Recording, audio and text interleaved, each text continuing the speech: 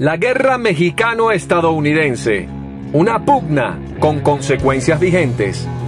Culturizando presenta Crónicas de Ares con Carlos Domínguez. La historia de las relaciones entre México y Estados Unidos ha estado plagada de enfrentamientos y hechos que derivan del interés expansionista e imperial del gigante del norte.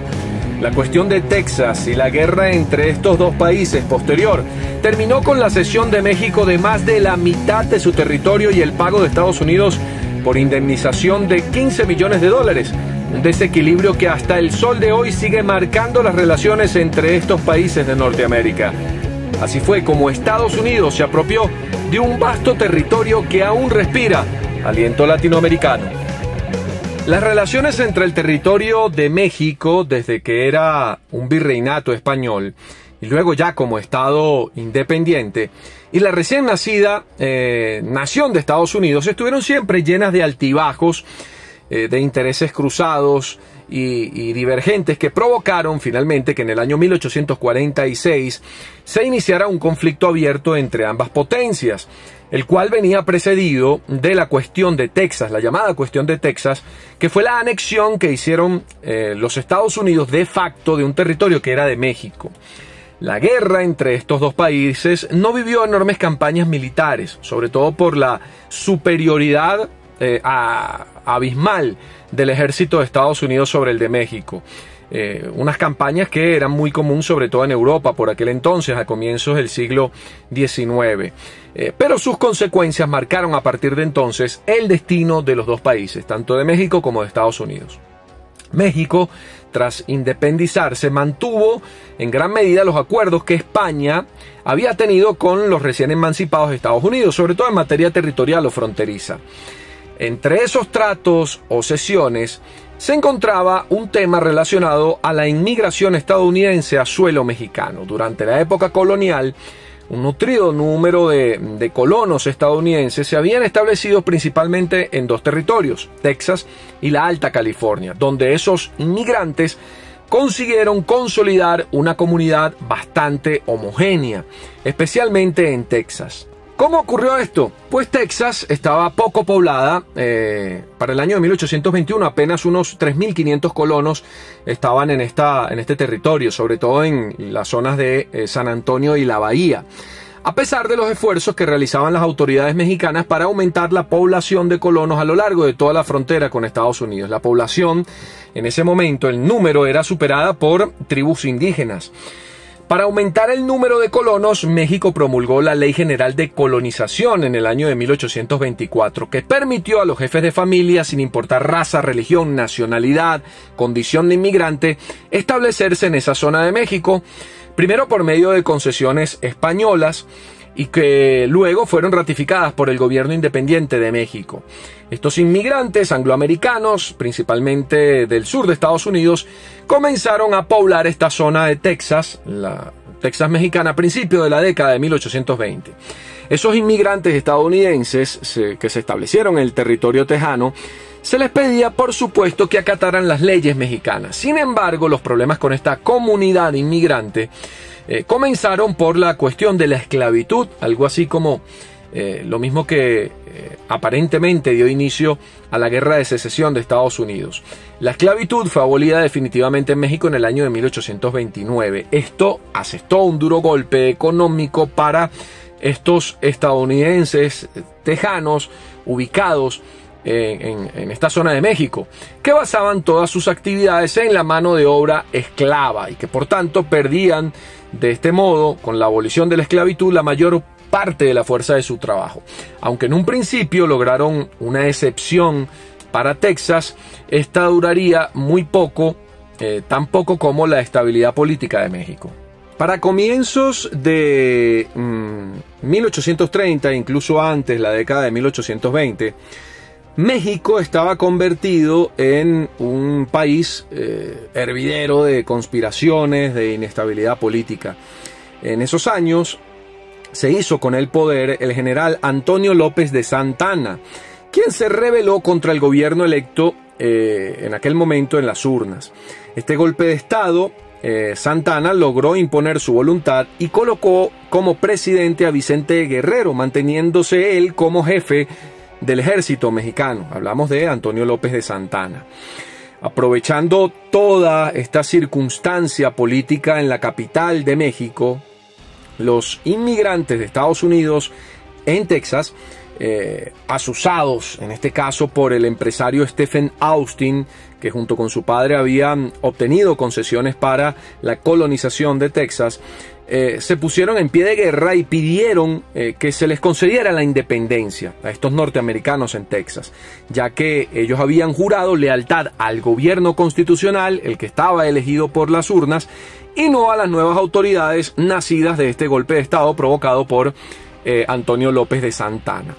La guerra de independencia de Texas comenzó el 2 de octubre de 1835, con el ataque de algunas milicias organizadas y los colonos tejanos de los colonos de Estados Unidos contra las autoridades mexicanas en la batalla llamada de los Gonzales, que inició una sucesión de contundentes victorias de las armas de México, lo que sobrevino en el asedio de El Álamo.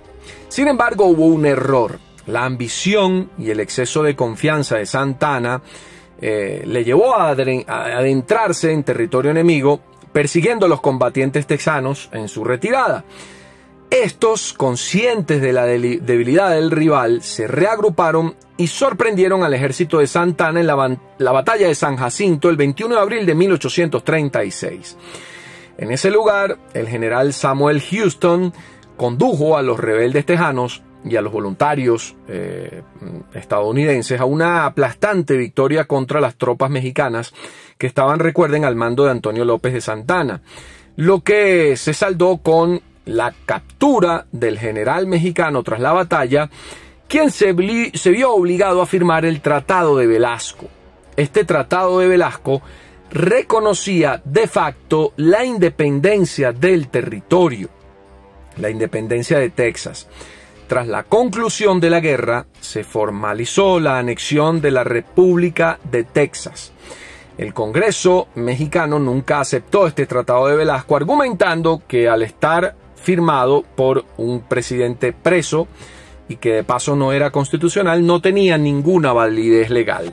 El gobierno de México nunca reconoció este Tratado de Velasco y mantuvo un pulso por recuperar Texas a través de incursiones militares mexicanas que continuaron hasta la fecha de 1845, diciembre de 1845, cuando este territorio fue incorporado de manera definitiva a Estados Unidos, alcanzando con ello un objetivo que perseguía Estados Unidos desde 1825, cuando había enviado ofertas a México para la compra de Texas, que fueron rechazadas de manera tajante por el gobierno mexicano. Aunque Estados Unidos no intervino de manera directa en este conflicto entre los colonos de Texas por su independencia y México, apoyó obviamente a los tejanos y dejó que voluntarios de Estados Unidos se integraran a sus filas, algunas milicias.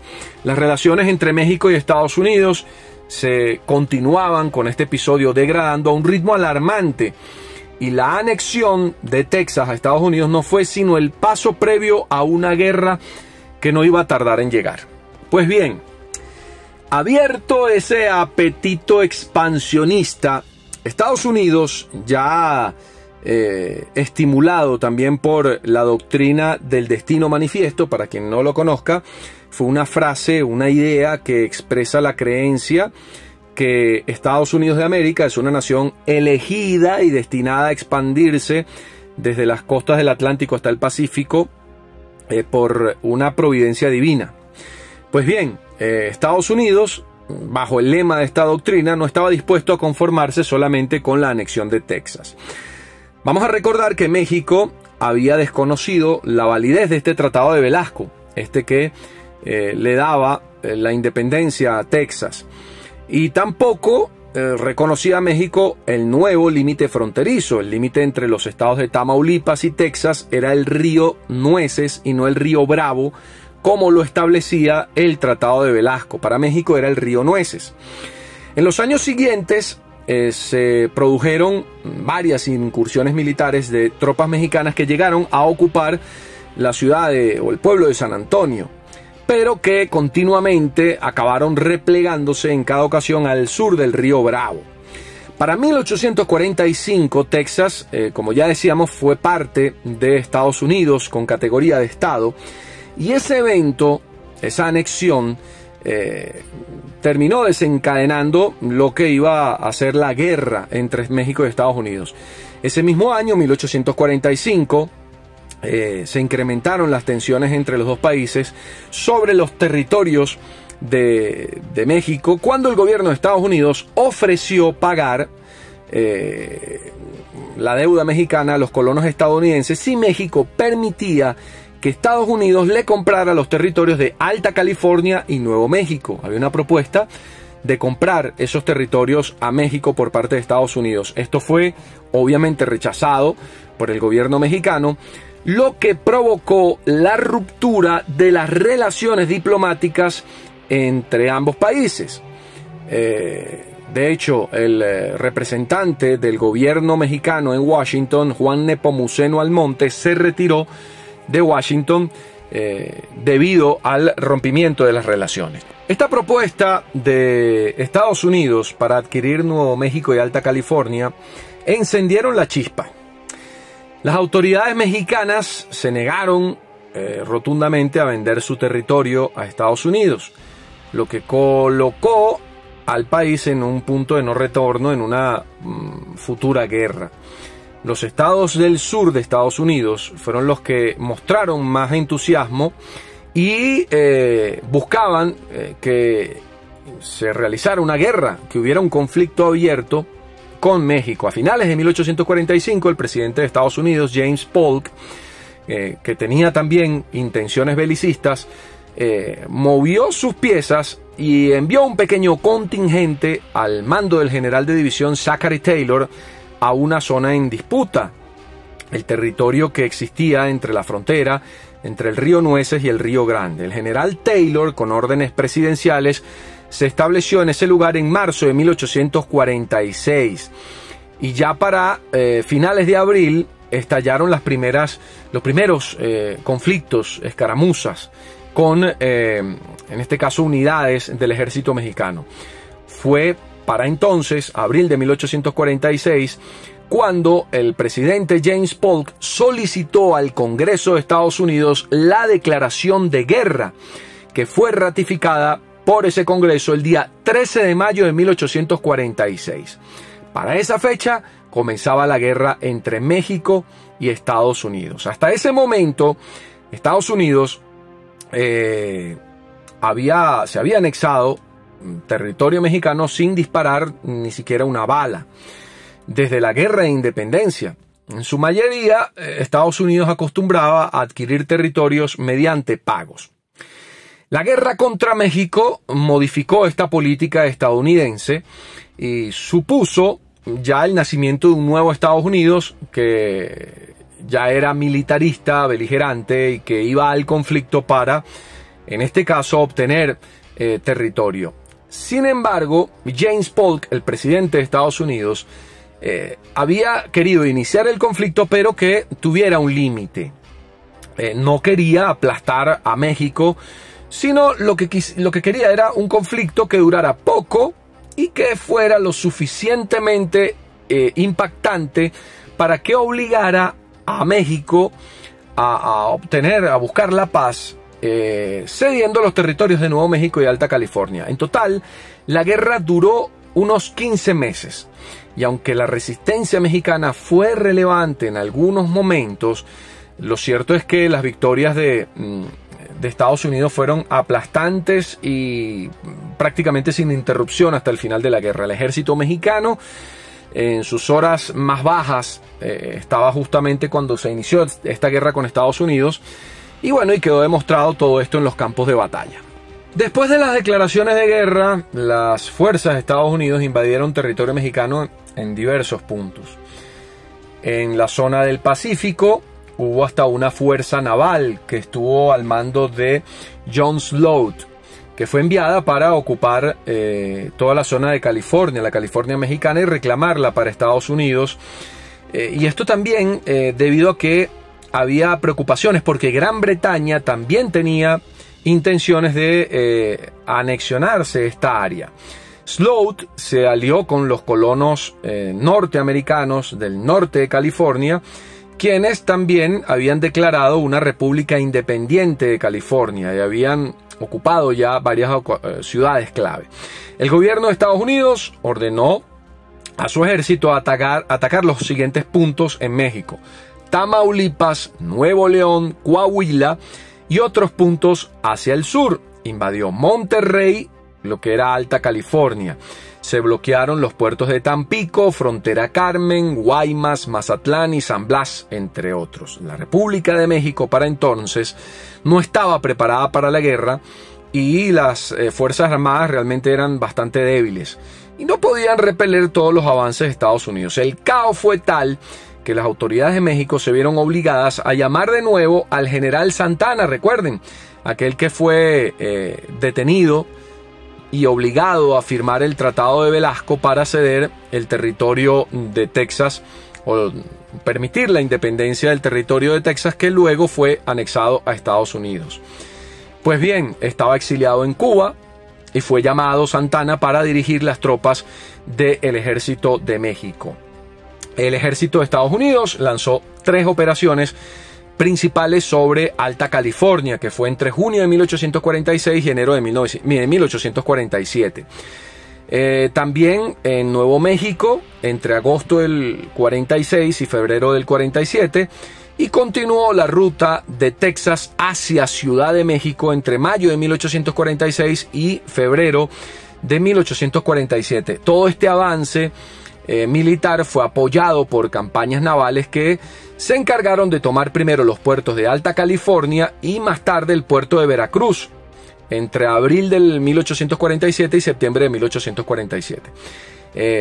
Esta última, la toma del puerto de Veracruz, propició el avance del ejército norteamericano o el de Estados Unidos sobre Ciudad de México, que culminó con la caída de la capital y la derrota final de México. Las fuerzas norteamericanas que lucharon sobre el terreno alcanzaron un número de 30.000 hombres, aunque se llegaron a alistar hasta 72.000 voluntarios.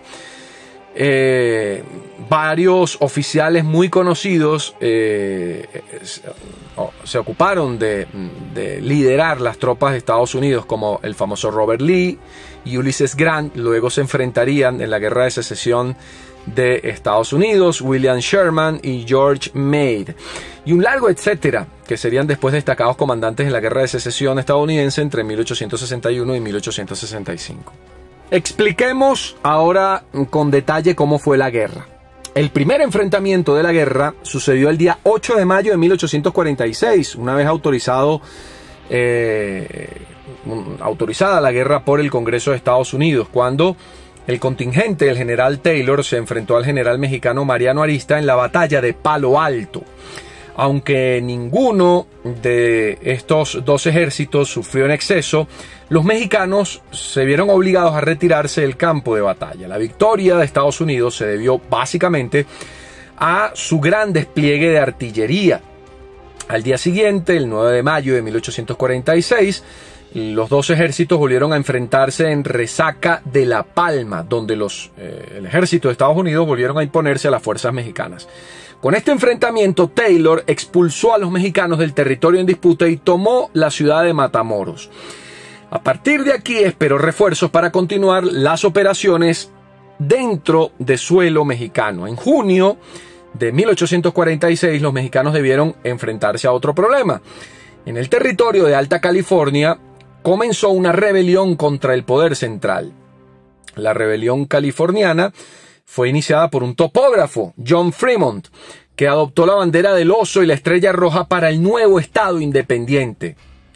Recuerden que ahí también se suscitó una situación parecida a la de Texas, donde los colonos norteamericanos que ocupaban territorio mexicano declararon la independencia. El ejército mexicano estaba poco preparado para la lucha y aunque lograron retrasar la pérdida del territorio de California, los Estados Unidos aprovecharon esta situación para obtener victorias una tras otra. El comodoro Sloat se encargó de la toma de San Francisco el 8 de julio de 1846, en tanto que también tomó San Juan Bautista el 17 de julio del mismo año. El comodoro Sloat fue sustituido en el mando por Stockton, quien llevó a cabo la ocupación de San Diego el 29 de julio, San Pedro el 6 de agosto y Los Ángeles el 13 de agosto.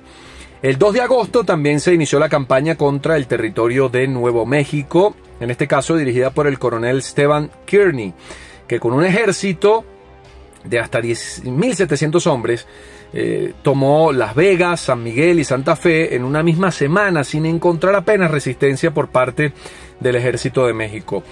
Tanto en Alta California como en Nuevo México, los comandantes mexicanos no pudieron hacer nada más que huir, aunque tanto soldados como civiles que quedaron atrás organizaron una defensa desesperada por detener el avance estadounidense. En Alta California, esa resistencia fue llevada a cabo a través de una guerra de guerrillas que resistió hasta el 13 de enero del año 1847, cuando finalmente fueron sometidos.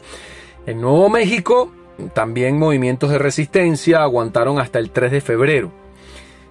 Comparando ambas defensas, Alta California llevó a cabo una oposición más férrea gracias a la guerra irregular. Tras haber sido el primer militar estadounidense en combatir a los mexicanos, el general de división Zachary Taylor, al frente de 6.000 hombres, se enfrentó una vez más al ejército de Santa Anna en la población de Monterrey para la fecha del 19 de septiembre de 1846.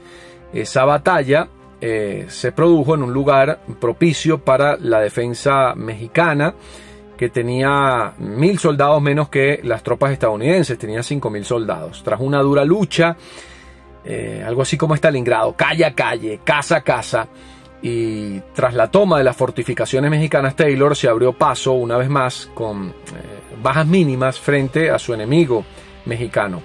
Para finales de febrero de 1847, el general Taylor no había detenido su avance y volvió a combatir a las huestes mexicanas en Buenavista. Allí el militar estadounidense también volvió a enfrentar al general Santa Anna. Santa Anna decidió retirarse hacia el sur y Taylor se hizo con la victoria, aunque a costa de pérdidas notables en este caso.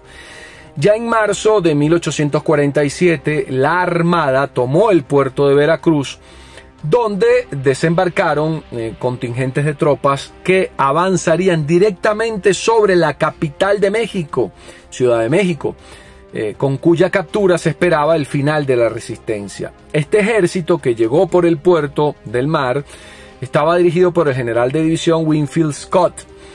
A mediados de abril de 1847, Scott se enfrentó también al ejército de Santa Anna en Cerro Gordo. 8.500 soldados de Estados Unidos se enfrentaron a 12.000 soldados mexicanos.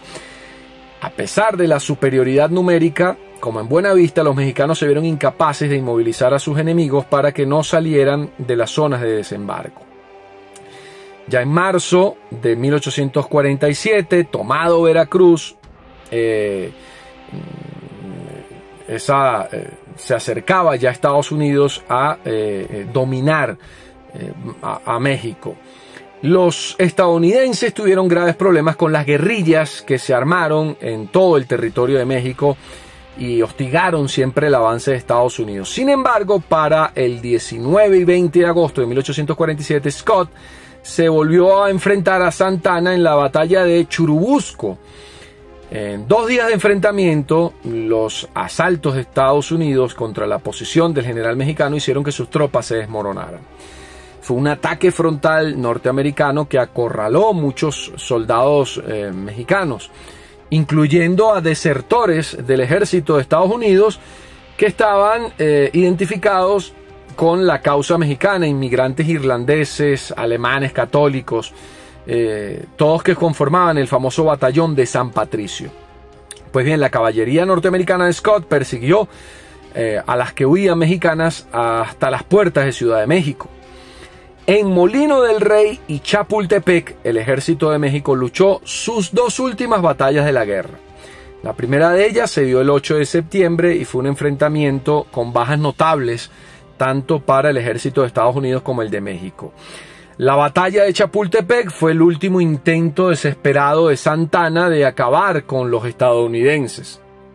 Entre el 12 de septiembre y el 14 de ese mes del año 1847, las tropas de Scott asaltaron la fortaleza con la ayuda de un importante despliegue de artillería y un asalto a las murallas de Chapultepec utilizando escaleras. A pesar de que fue otro ataque frontal sin mucha brillantez, la resistencia de México fue decayendo hasta que el 14 de septiembre Santa Anna y sus tropas tuvieron que abandonar el lugar. Ese mismo día, el general de división Winfield Scott entraba triunfante en Ciudad de México. Las operaciones militares entre ambos ejércitos llegaban a su fin ese día. Una vez que finalizaron las hostilidades, las fuerzas de Estados Unidos ocuparon el territorio hasta que las nuevas autoridades de México lograron firmar la paz definitivamente. El general Antonio López de Santa Anna abandonó el país de nuevo. Recuerden que él se había asilado en Cuba tras la derrota ante los ejércitos, o en este caso en la batalla por Texas. Pues ahora el general Antonio López de Santa Anna abandonó el país y se dirigió a Guatemala. La ocupación de Estados Unidos de México se alargó nada menos que hasta el año de 1848 y las condiciones para la paz fueron totalmente contraproducentes para México. Todo ello se vio reflejado en el Tratado Guadalupe Hidalgo, que se firmó el 25 de marzo de 1848. Además de abrir una gran brecha en la política mexicana que llevó a un nuevo periodo de inestabilidad, el país debía ceder a Estados Unidos de manera definitiva por este tratado los estados de Alta California, Nuevo México y reconocer de una vez por todas a Texas como parte de Estados Unidos. Durante el curso de esta guerra murieron 13.283 soldados estadounidenses, pero solo fueron muertos en combate 1.733. Los demás fallecieron por enfermedades y las condiciones insalubres que era muy habitual en las guerras de esa época. Se estima que 25.000 soldados mexicanos murieron en la batalla, solo 16 en combate, 16.000. El resto fue por enfermedades y otras causas. De este modo, la República de México perdió aproximadamente un 55% de su territorio, que comprende la totalidad de lo que hoy son los estados de California, Nevada, Utah, Nuevo México, Texas, Colorado, Arizona y partes de Wyoming, Kansas y Oklahoma. Además, México renunció a todo reclamo sobre Texas y la frontera internacional se estableció en el río Bravo, que hoy, todavía al sol de hoy, está vigente. En las últimas cláusulas del Tratado Guadalupe Hidalgo, Estados Unidos se comprometió a pagar $15 millones por los territorios cedidos, además de una compensación a los ciudadanos mexicanos de $5 millones.